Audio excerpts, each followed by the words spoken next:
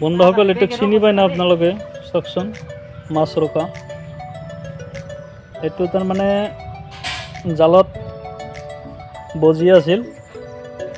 আমি ধৰি কিনে ইয়াক মানে উৰাই দিম বুলি ভাবিছোঁ আৰু এইটো চব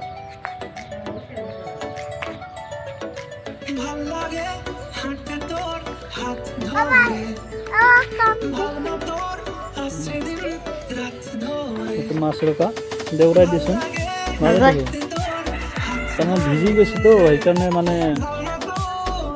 যাব পৰা নাই অলপ শুকাব লাগিব ৰ'দত শুকাই দিলে গুচি যাব বুজিছা এয়া মানে পানীত মানে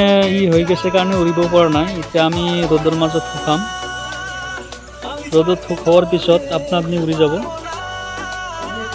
জালত মানে ফাঁচি আছিল